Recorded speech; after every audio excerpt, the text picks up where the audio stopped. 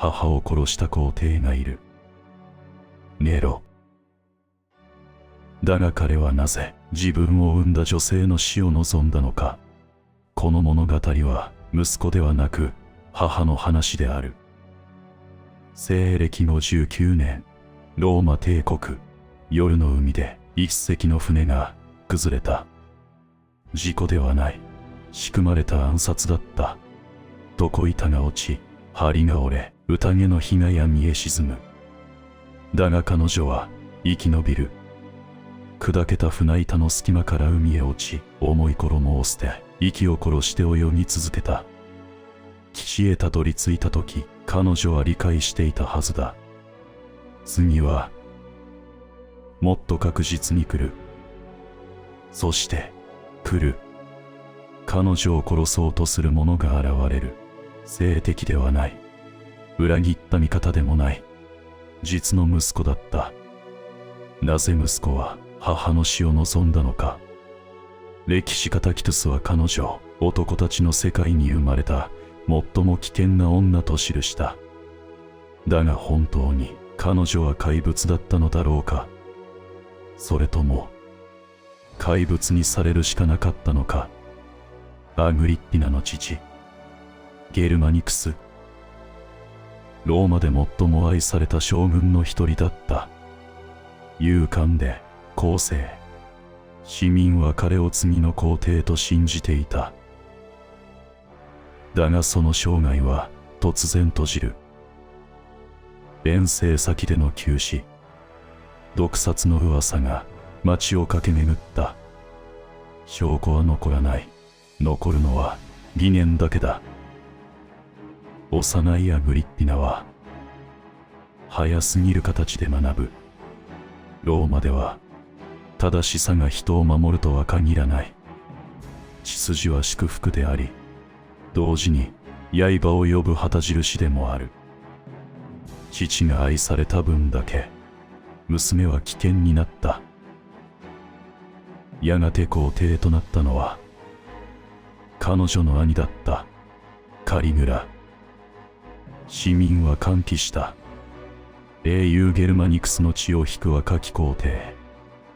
ローマは新しい時代を信じた。だが期待は最も残酷な形で裏切られる。即位から数ヶ月後、皇帝は突然倒れる。高熱、上子と生死の境をさまよう日々。そして彼は回復する。だが戻ってきたのは同じ男ではなかった。笑っていた皇帝は笑わなくなった。慈悲深いと称えられた青年はやがて処刑を娯楽に変えていく。侮辱、没収、粛清。宮廷には常に次は誰かという沈黙が漂った。そしてある日、その沈黙が彼女に向く。発覚したとされる陰謀。中心人物はマルクス・アエミリウス・レピドゥス。皇帝暗殺計画。だが証拠は曖昧だった。だがローマでは曖昧さは無罪を意味しない。疑いはそのまま刃になる。そしてその輪の中にアグリッピナの名があった。兄は妹を見る。そこにあったのは血縁の情か、それとも皇帝の恐怖か。レピドゥスは処刑された。剣は早い。疑念よりも早く。アグリッピナは殺されなかった。代わりに選ばれたのは流刑。死よりも遅い罰。船に乗せられ、ローマの喧騒が遠ざかる。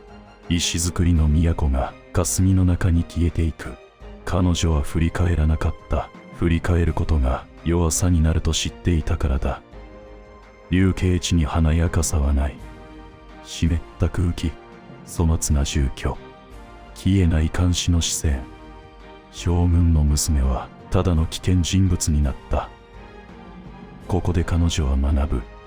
ローマでは正しいものが生き残るのではない。疑われた時どう振る舞うかで生死が決まる。彼女は嘆かなかった。怒りも見せなかった。ただ観察した。皇帝はなぜ恐れたのか。答えは一つだった。地。ゲルマニクスの地。市民に愛された英雄の記憶は皇帝にとって脅威になる。もし皇帝が倒れれば民衆は誰を望むのか。その問いの中に妹の影があった。だから遠ざけた。完全にではない。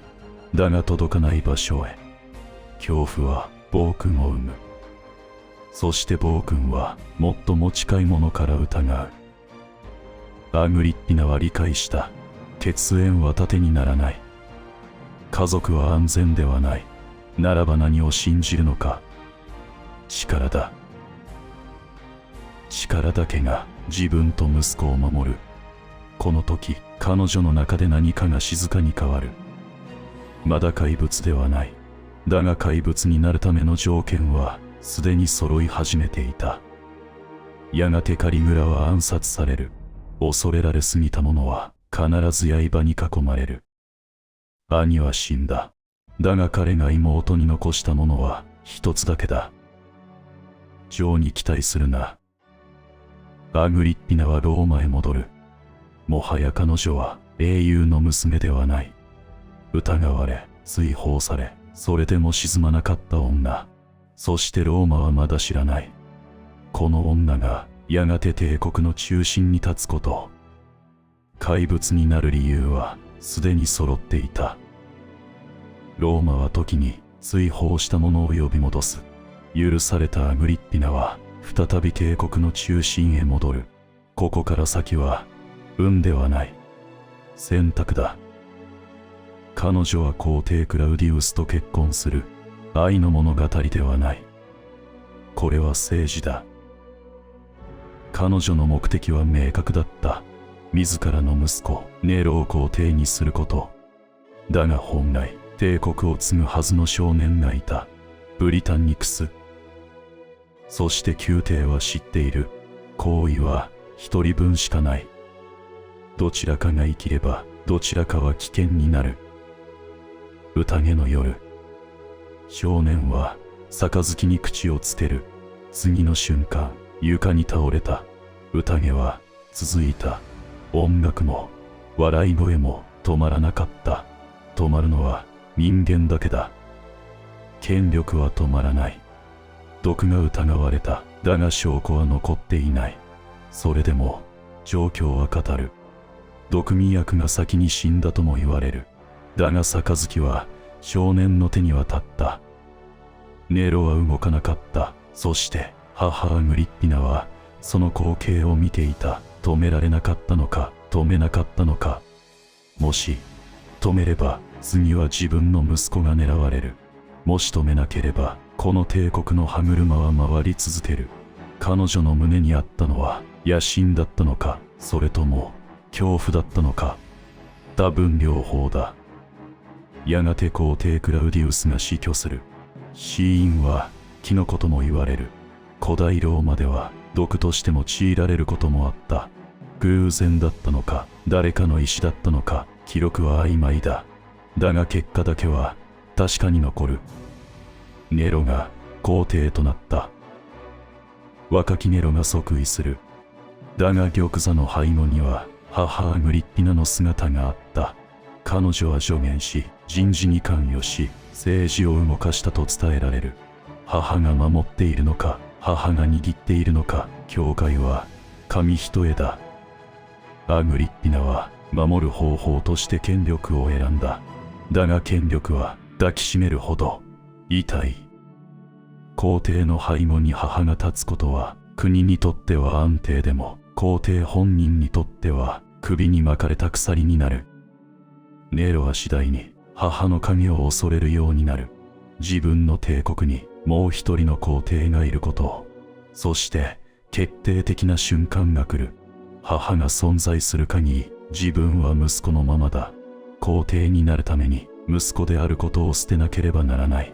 ローマの玉座は家族すら切り捨てる椅子だった。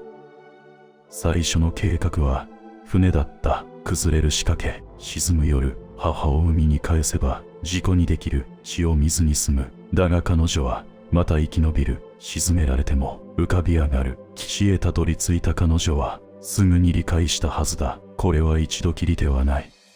そして彼も理解する。海では終わらない。今度は刺客が送られる。逃げ場のない部屋。近づく足音。最後の瞬間、彼女はこう言ったと伝えられている。この腹を刺しなさい。ここがネロを産んだのだから。それは誇りだったのか、皮肉だったのか、それとも母としての最後の抵抗だったのか。彼女は自分の死を意味に変えようとしたのかもしれない。だが帝国は人の意味を奪う。残るのは事実だけだ。息子が母を殺した。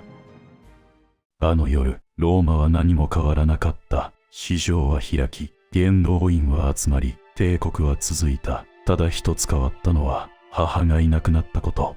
アグリッピナは死んだ。そして歴史は彼女をこう呼ぶ。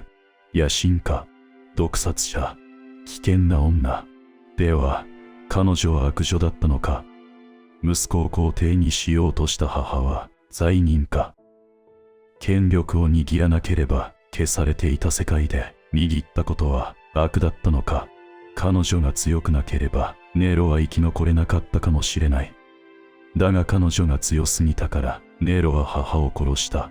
守るために握った力が息子を追い詰めた。では怪物は誰だ。母か息子か。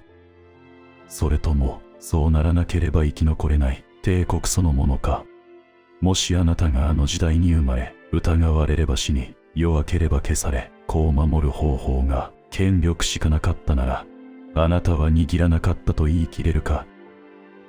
怪物は生まれたのではない。追い詰められ、選び続け、削られ続けた果てに気づけばそう呼ばれている。そして歴史はいつも生き延びた者に名前をつける。怪物と。